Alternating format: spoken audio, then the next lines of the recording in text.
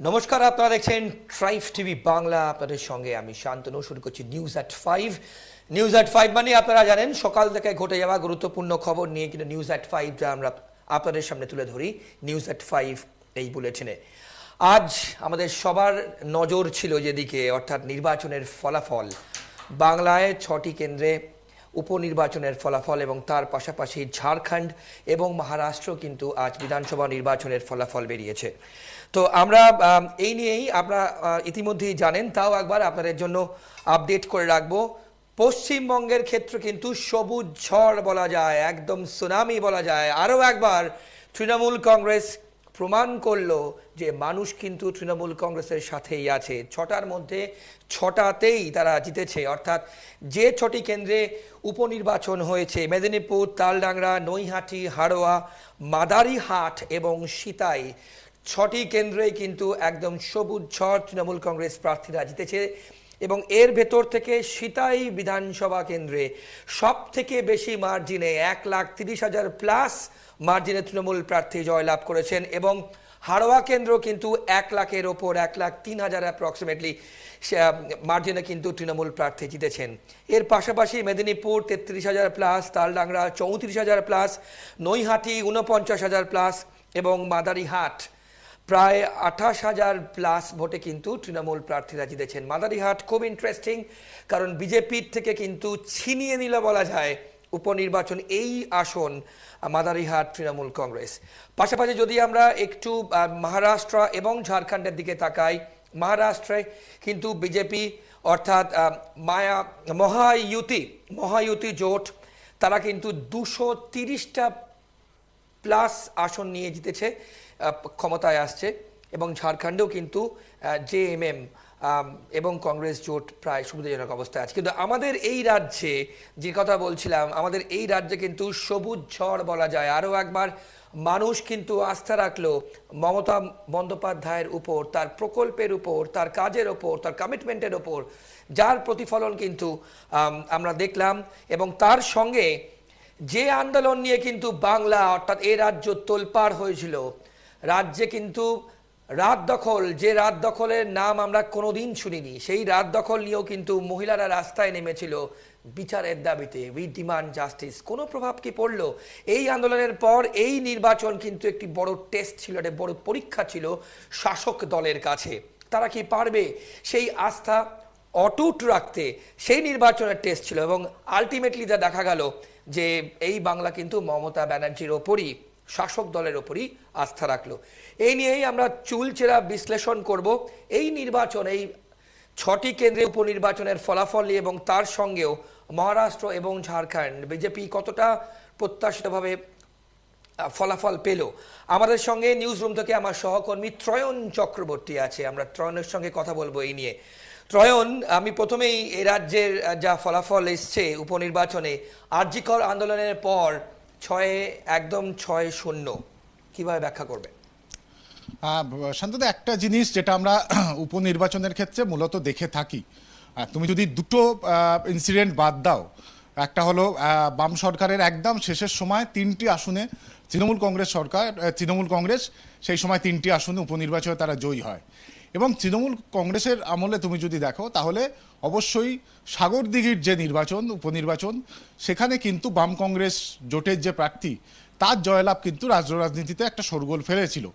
এর বাইরে কিন্তু যারা ক্ষমতায় থাকে তাদের পক্ষেই কিন্তু মূলত উপনির্বাচনের ফলাফল তাদের পক্ষে যায়, সেই ট্রেন্ডই কিন্তু পশ্চিমবঙ্গের ক্ষেত্রে লক্ষ্য করা গেছে। তবে এখানে উল্লেখযোগ্য বেশ কয়েকটি বিষয় রয়েছে, আমি সেই বিষয়টা একটু প্রথমে তোমার সাথে আলোচনা করতে চাই। যে সেখানে দাঁড়িয়ে তুমি একদম যদি উত্তরবঙ্গের দিকে যাও তাহলে সেখানে সিতাই আসনের কথা তুমি বলেছো যে ক্লিন শিট হয়েছে, সেখানে তৃণমূল জয়লাভ করেছে। অত্যন্ত গুরুত্বপূর্ণ যদি তুমি বলো তাহলে এই 6টি আসনের মধ্যে কিন্তু একটি আসন, যে আসনটি বিজেপির দখলে ছিল, মাদারিহাট, যেখান থেকে এবারে আলিপুরদুয়ার থেকে সাংসদ হয়েছেন প্রাক্তন বিধানসভার মুখ্য সচেতক ছিলেন মনোজ টিগ্গা, এবং তিনি সাংসদ হওয়ার জন্য কিন্তু এই আসনে উপনির্বাচন হলো। এবং এখানে কিন্তু বেশ কয়েকটা ফ্যাক্টর যেটা অত্যন্ত গুরুত্বপূর্ণ। এবং তুমি যদি 2021-এর নির্বাচনের ফলাফলের দিকে দেখো তাহলে প্রায় 28,000-এর কাছাকাছি ভোটে কিন্তু মনোজ টিগ্গা জয়লাভ করেছিলেন। বেশ, একটু ইন্টারাপ্ট করি তোমায়, একটু আমি ইন্টারাপ্ট করে তোমাকে জিজ্ঞেস যেটা করব, এই 6টি কেন্দ্রেই এক্সেপ্ট মাদারিহাট বাদ দিয়ে কিন্তু সবগুলোই তৃণমূলের দখলে ছিল। তাহলে আলটিমেটলি যে মার্জিন আমরা দেখতে পাচ্ছি এবং যে আন্দোলন নিয়ে কিন্তু, যেটা আমি তোমায় প্রথমে জিজ্ঞেস করলাম, যে তোলপাড় হয়েছিল রাজ্য, অর্থাৎ আরজিকর আন্দোলনের পর এই প্রথম উপনির্বাচন হলো। যদিও উপনির্বাচনে কিন্তু সরকার পড়ে না, এরকম ধরনের কোনো কিছু ট্রেন্ড থাকে না সাধারণত, কোনো প্রভাব পড়লো না ত্রয়ন? দেখো, এটাও কিন্তু একটা অবশ্যই গুরুত্বপূর্ণ ব্যাখ্যার বিষয়, এবং এখানে দাঁড়িয়ে বারবারই যেটা মনে করা হচ্ছিল যে আরজিকরকে কেন্দ্র করে যে নাগরিক আন্দোলন দানা বেঁধেছিল, বা বলা যায় রাত দখল থেকে শুরু করে একাধিক কর্মসূচি চলছিল, সেটা কিন্তু তুমি যদি দেখো তাহলে কিন্তু শহর বা শহরতলির উপরে মূলত কিন্তু নির্ভরশীল ছিল, বা সেখানেই কিন্তু সাধারণ মানুষের উপস্থিতি অনেক বেশি হচ্ছিল। এবং এই জায়গা থেকে দাঁড়িয়ে দুটি আসন তুমি যদি বাদ দাও উপনির্বাচনের ক্ষেত্রে, এক মেদিনীপুর আসন, 2 নম্বর হলো নৈহাটি, বাকি সবটাই কিন্তু গ্রামীণ জায়গা। ফলে সেই জায়গায় এই আন্দোলনের যে প্রভাব খুব একটা পড়েনি, সেটা ক্লিয়ার। এবার পরের যে প্রশ্নটা আসছে যে মেদিনীপুর বা নৈহাটি, মেদিনীপুরও যদি তুমি বাদ দাও তাহলে নৈহাটির আসনের ক্ষেত্রে এই আন্দোলন কেন কোনো রকম প্রভাব ফেললো না, তার কারণ আরও একটা উল্লেখযোগ্য বিষয়, যে এই নৈহাটির থেকে যেখানে উপনির্বাচন হয়েছে তার থেকে কিন্তু নির্যাতিতার বাড়ি, যিনি মারা গেছেন, তার বাড়ির দূরত্ব খুব একটা খুব বেশি নয়। ফলে সেখানে দাঁড়িয়ে কেন এই আন্দোলনের কোনো প্রভাব এই নৈহাটির আসনে পড়লো না, এই জায়গা থেকে কিন্তু বিরোধী রাজনৈতিক দল যারা রয়েছে বা রাজনৈতিক মহলের একাংশ যারা রয়েছে, তাদের যে ব্যাখ্যাটা রয়েছে যে আন্দোলন এবং সেই আন্দোলনের যে ফসল তাকে ভোট বাক্সে নিয়ে এসে প্রতিফলিত করা, দুটোর মধ্যে কিন্তু আকাশ পাতাল পার্থক্য থাকে। এবং এই জায়গা থেকে দাঁড়িয়েই যেহেতু এটা নাগরিক আন্দোলন এবং একটা অরাজনৈতিক আন্দোলনের রূপ বারবার দেওয়ার চেষ্টা হয়েছে, পাশাপাশি রাজনৈতিক দলগুলো, বিজেপি তো বিশেষভাবে প্রভাব ফেলতেই পারেনি এই আন্দোলনে, বামেদের ক্ষেত্রেও তারা যে রাজনৈতিক দল হিসেবে আমরা রিসেন্ট দেখলাম যেটা, যে তারা সিজিও কমপ্লেক্স অভিযান করলো, এর বাইরে দলীয় প্রতীকে বা বামফ্রন্টগতভাবে কিন্তু রাজনৈতিক কোনো আন্দোলন সেই অর্থে দানা বাঁধেনি আরজিকর মুভমেন্টকে সামনে রেখে।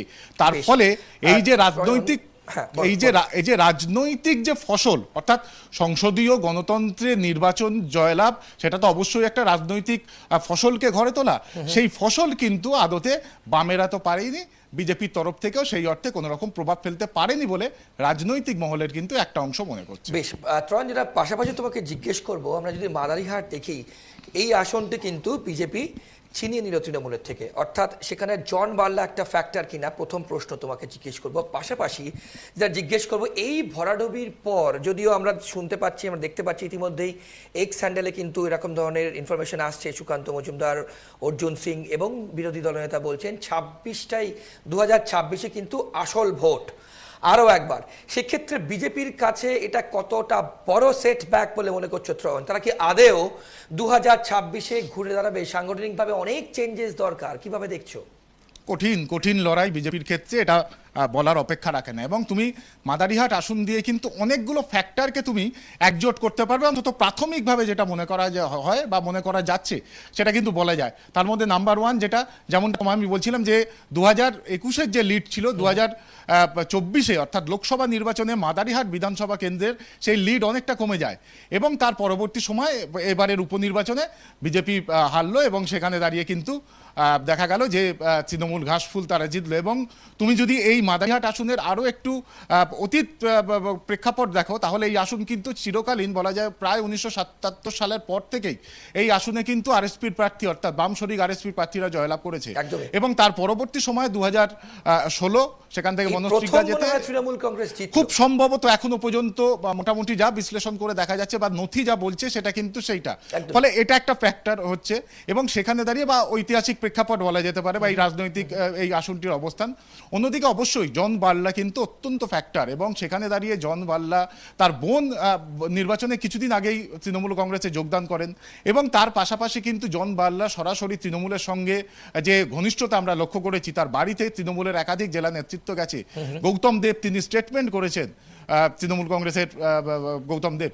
ফলে সেই জায়গাগুলো দাঁড়িয়ে কিন্তু অবশ্যই এখানে দাঁড়িয়ে জন বার্লা অত্যন্ত ফ্যাক্টর হিসেবে কাজ করেছে বলে কিন্তু আরেকটু একটা ইনফরমেশন দিয়ে রাখি, জন বার্লা কিন্তু ইতিমধ্যেই পোস্ট করে বলছেন, সামাজিক মাধ্যমে পোস্ট করে বলছেন যে বিজেপির কিন্তু ঘুরে দাঁড়াতে গেলে অনেক কাজ করতে হবে, অর্থাৎ সংগঠনকে আরো মজবুত করতে হবে, তিনি কিন্তু স্পষ্ট বলছেন। একদমই, এবং এই জায়গা থেকেই যে বক্তব্য, তিনি আরো একটা বক্তব্য শান্তনু তোমার মনে থাকবে যে তিনি আজকের এই পোস্টে বলেছেন যে ওই কলকাতা থেকে ঠিক করে দিলাম সিলেকশন পদ্ধতিতে কিন্তু নির্বাচন তো চলে না, অর্থাৎ এলাকার অনেকগুলো বৈশিষ্ট্য থাকে, তার উপরে নির্বাচনকে পরিচালিত করতে হয়, দূর থেকে দেখে সেই এলাকার সেই বিষয়গুলোকে সেভাবে ফাইন্ড আউট করা সম্ভব নয়।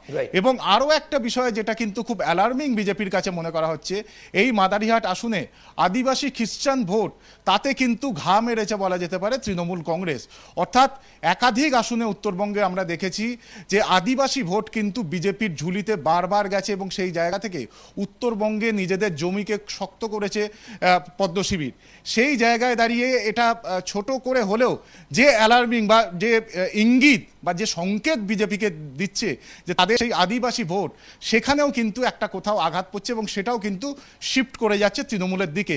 এবং এই জায়গায় দাঁড়িয়ে যদি সংগঠনকে মজবুত না করা যায়, আন্দোলনমুখী করা এবং সেই সংগঠনের মধ্যে দিয়ে ভোট বাক্সে সেই আন্দোলনকে প্রতিফলিত করা, সংসদীয় গণতন্ত্রে সেটাই নিয়ম, সেটা যদি করতে না পারে, তাহলে কিন্তু আগামী 2026-এর নির্বাচনের ক্ষেত্রে বিজেপির ঘুরে দাঁড়ানো অত্যন্ত কঠিন বলেই কিন্তু মনে করা হচ্ছে। বেশ, আমরা মহারাষ্ট্র এবং ঝাড়খণ্ডের দিকে যাব, তার আগে ত্রয়ন, যেটা আরো একটা ইন্টারেস্টিং জিনিস তোমাকে জিজ্ঞেস করব, বিরোধী দলনেতা কিন্তু বলছেন যে এই সমস্ত আসন, অর্থাৎ এই যে 6টি কেন্দ্রে উপনির্বাচন হলো এবং বিজেপি খুব বাজে রেজাল্ট করলো, তার মধ্যে মাদারিহাট হারিয়ে ফেললো, এগুলোর প্রত্যেকটাই কিন্তু রিভাইভড হবে, অর্থাৎ 2026-এ জিতবে, শুভেন্দু অধিকারী বলছেন। বলো। দেখো, শুভেন্দু অধিকারী কিন্তু আজকে যে স্টেটমেন্ট করেছে তার মধ্যে তিনি এটাও বলেছেন যে সংগঠনের ভেতরে কি হয় আমি সেই বিষয়ের মধ্যে না গলাই না, অর্থাৎ এই যে 6টি উপনির্বাচনে পরাজয়, তার দায় কিন্তু প্রকারান্তরে শুভেন্দু অধিকারী তিনি তার নিজের ঘাড়ে নিলেন না, তিনি সংগঠনের দিকে ঠেলে দিলেন। অর্থাৎ তাহলে কি রাজনৈতিক মহলের একটা অংশ কিন্তু এখানে দাঁড়িয়েও কিন্তু সমীকরণ তৈরি করার চেষ্টা করছেন বা মনে করছেন যে তাহলে কি শুভেন্দু অধিকারী আদতে এই হারের দায় সুকান্ত মজুমদার বিজেপি রাজ্য সভাপতির দিকেই ইঙ্গিত করলেন যে সংগঠনকে মজবুত না করতে পারার জন্য এই ধরনের ফলাফল। ফলে এই ধরনের কিন্তু বিভিন্ন সময় আমরা বিতণ্ডা বিজেপির অন্দরে দেখছি, এবং সেখানে দাঁড়িয়ে দিলীপ ঘোষ, শুভেন্দু অধিকারী, সুকান্ত মজুমদার, এই যে বিভাজনটা রয়েছে, সেখানে দাঁড়িয়ে একটা জিনিস শান্তনু খুব স্পষ্ট, তুমিও জানো আমিও জানি, রাজনীতির পাটিগণিত তুমি যদি দেখো, তাহলে তোমার প্রথমে সংগঠন বুথ লেভেলে, অর্থাৎ একদম নিচু তলার যে সংগঠন, যারা মূলত দলের পতাকা নিয়ে সাধারণ মানুষের সাথে সংযোগটাকে তৈরি করে, যার ভিত্তিতে জেলা এবং রাজ্য স্তরের নেতৃত্ব চলে, সেই জিনিসটা যদি মজবুত না করা যায়, অর্থাৎ বুথ লেভেলের যে সংগঠন সেটাকে মজবুত না করা যায়, কারণ 2016-র পর থেকে তুমি যদি দেখো 2019-এর বিজেপির যে ফলাফল, তার কিন্তু অন্যতম একটা কারণ ছিল বামেদের দুর্বল হয়ে যাওয়া, এবং বিরোধীদের জায়গা যেহেতু ফাঁকা থাকে না, বিরোধী জায়গাটায় অন্য কোনো রাজনৈতিক দল উঠে আসে, এবং সেখানে দাঁড়িয়ে কেন্দ্রে নরেন্দ্র মোদী সেই সময় সরকারে এসছে, 2014 থেকে সরকার চলছে, এই সমস্ত প্রেক্ষাপট এবং তৃণমূলের বিরুদ্ধে একটা প্রতিষ্ঠান বিরোধী হাওয়া, এই সমস্ত কিছুর ওপর দাঁড়িয়েই কিন্তু তারা তাদের যে বুথ লেভেলের সংগঠন, এবং অবশ্যই আরেকটা জিনিস তোমার ভুল হবে না যে সেই সময় মুকুল রায়, যিনি পশ্চিমবঙ্গের প্রত্যেকটা জায়গাকে তালুর মতো চেনেন, সেই মুকুল রায় কিন্তু বিজেপিতে থেকে বিজেপির একদম বুথ লেভেলের যে সংগঠন তাকে মজবুত করেছিলেন।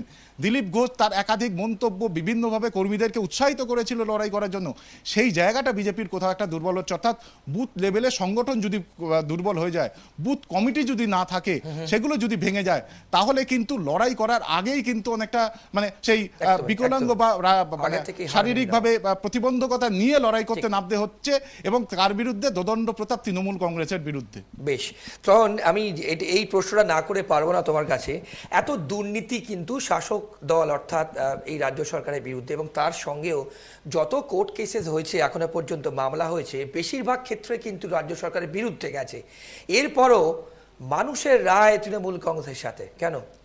বলো। দেখো, একটা জিনিস তুমি যদি খুব ভালো করে দেখো, করাপশন বা দুর্নীতি ওয়েস্ট বেঙ্গলের পলিটিক্সে বলো বা দেশের পলিটিক্সে একমাত্র বোফোর্সের ঘটনার পরে সেইভাবে কিন্তু খুব একটা ইম্প্যাক্ট ফেলে না বলেই কিন্তু রাজনৈতিক মহল মনে করে। এবং তুমি একটা জিনিস দেখো যে এই করাপশন বা দুর্নীতির একাধিক অভিযোগ আসছে, প্রাক্তন মন্ত্রী পার্থ চট্টোপাধ্যায়ের বান্ধবীর বাড়ি থেকে লক্ষ লক্ষ টাকা উদ্ধার হচ্ছে।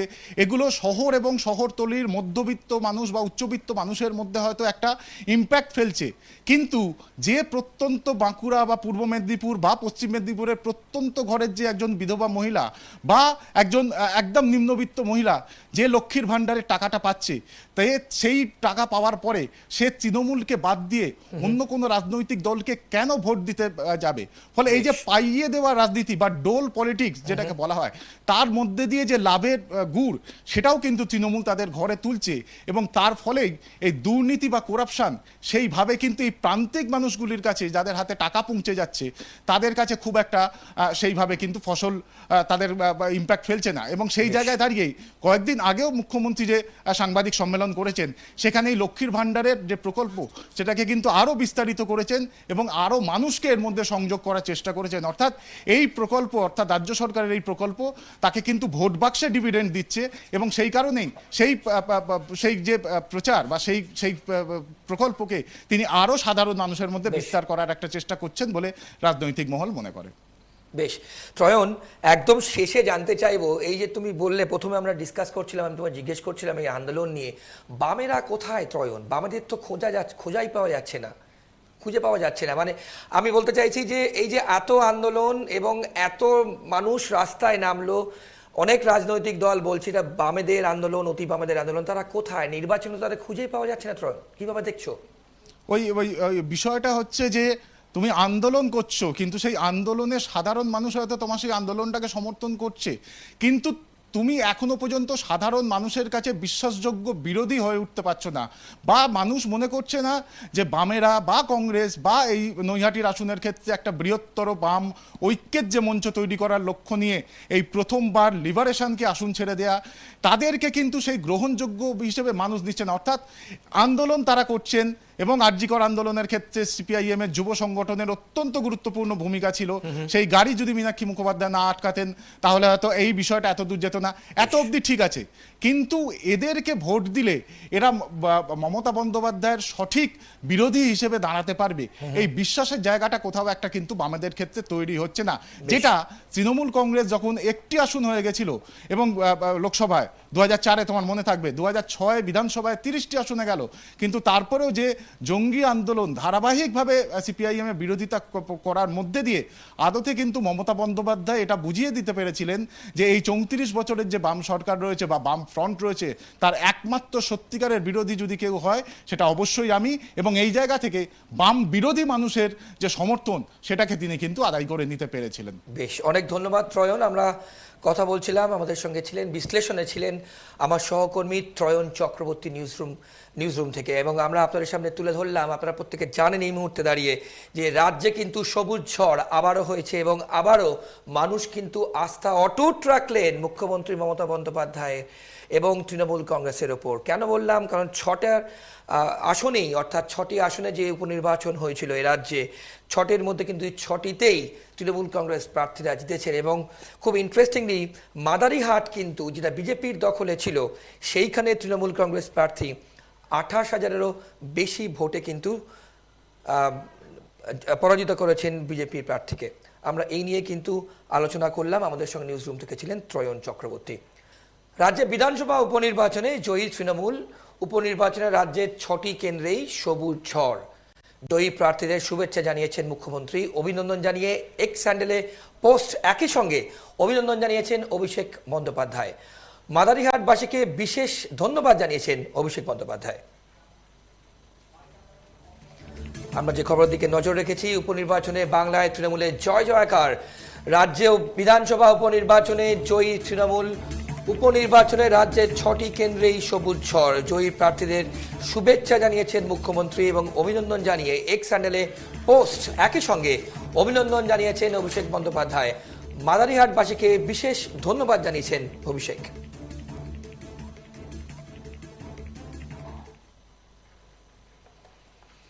এদিকে নৈহাটিতে জয়ী তৃণমূল প্রার্থী সনত দে নৈহাটি কেন্দ্র থেকে 48,879 ভোটে জয়ী হলেন তৃণমূল প্রার্থী সনত দে। গত বিধানসভা ভোটে নৈহাটি আসন থেকে জিতে বিধায়ক হয়েছিলেন পার্থ ভৌমিক। পরে লোকসভা ভোটে জিতে তিনি সাংসদ হন, তাই বিধায়ক পদ তিনি ছেড়ে দেন। এর জেরেই নৈহাটির বিধানসভা আসনটি ফাঁকা হয়। আজ সেই আসনেই ফের জয়লাভ করল তৃণমূল। এ নিয়ে জয়ী তৃণমূল প্রার্থী সনত দে ঠিক কি জানিয়েছেন, দেখুন। আমি অত্যন্ত খুশি, মানুষ যেভাবে তৃণমূল কংগ্রেসের পাশে রয়েছে এবং 48,879 ভোটে জয়লাভ করিয়েছে, মানুষের কাছে আমি কৃতজ্ঞ।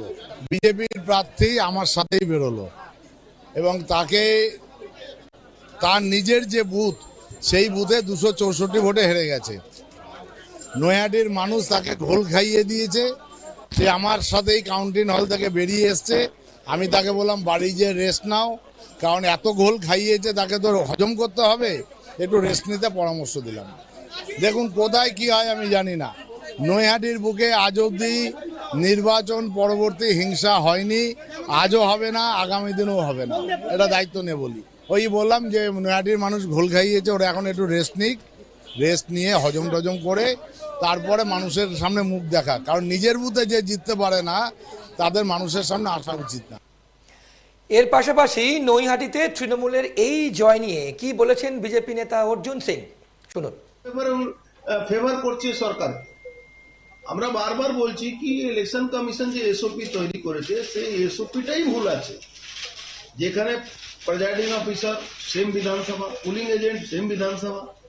যতক্ষণ এই এসওপি বাংলায় চেঞ্জ হবে না ততক্ষণ কিন্তু এ হবে না, ঠিক হবে না।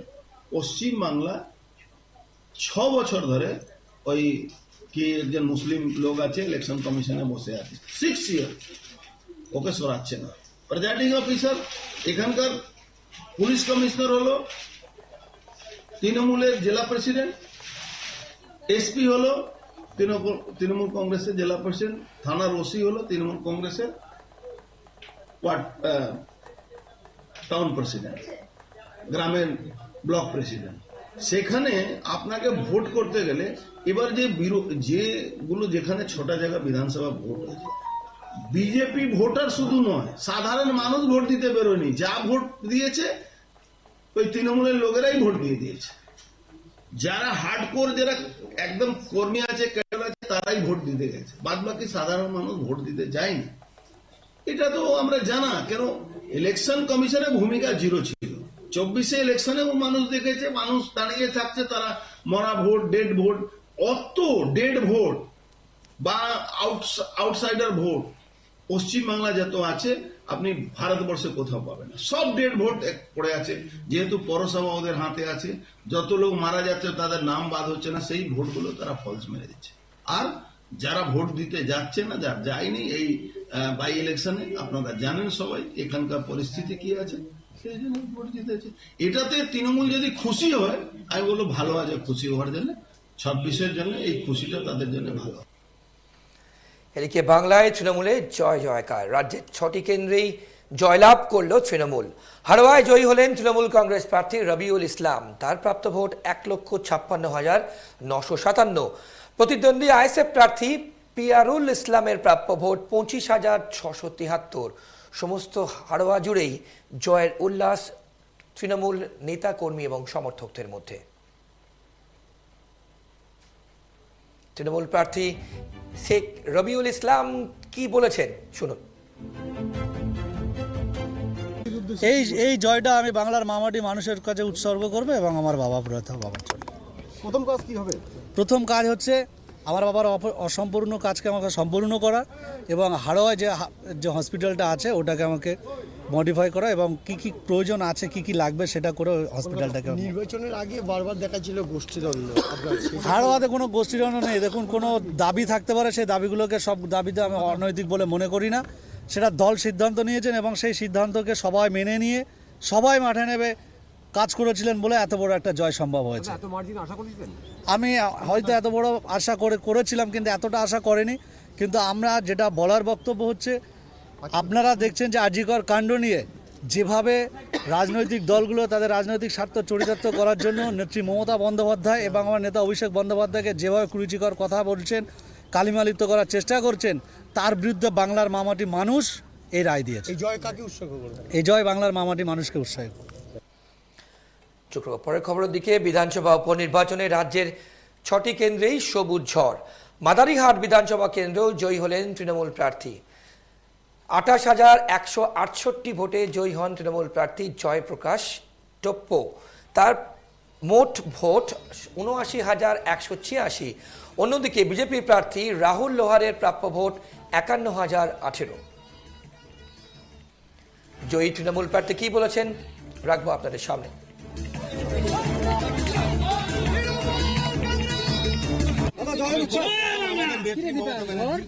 এবং আমাদের নেতা অভিষেক ব্যানার্জিকে অনেক অনেক ধন্যবাদ দিই যে আমার উপরে আস্থা রাখার জন্য, এবং এই জয়টাকে আমি দলের উপরে সমর্পিত করছি। এবং সঙ্গে সঙ্গে মাদারিহাট বিধানসভার যত জনসাধারণ সবাইকে ধন্যবাদ দিচ্ছি এই জয় করার জন্য। ওনারা সবাই অবদান করেছেন তার জন্য। সঙ্গে সঙ্গে আমাদের আলিপুরদুয়ার জেলার সভাপতি শ্রী প্রকাশ শিববাড়াই এবং আমাদের চেয়ারম্যান গঙ্গা প্রসাদ শর্মা এবং জলপাইগুড়ি জেলার সভানেত্রী মহুয়া গো, ওনার নেতৃত্বে আমাদের সমস্ত গণসংগঠন মিলে আমরা বিধানসভায় যেরকম সবাই মিলে ইলেকশনটা করেছি, তারই এই ফল। সবাইকে আমি অনেক অনেক ধন্যবাদ দিচ্ছি এবং শেষে আমি আমাদের নেত্রী মমতা ব্যানার্জি এবং আমাদের নেতা অভিষেক ব্যানার্জিকে অনেক অনেক ধন্যবাদ দিচ্ছি এবং এই জয়টাকে সমর্থন করছি।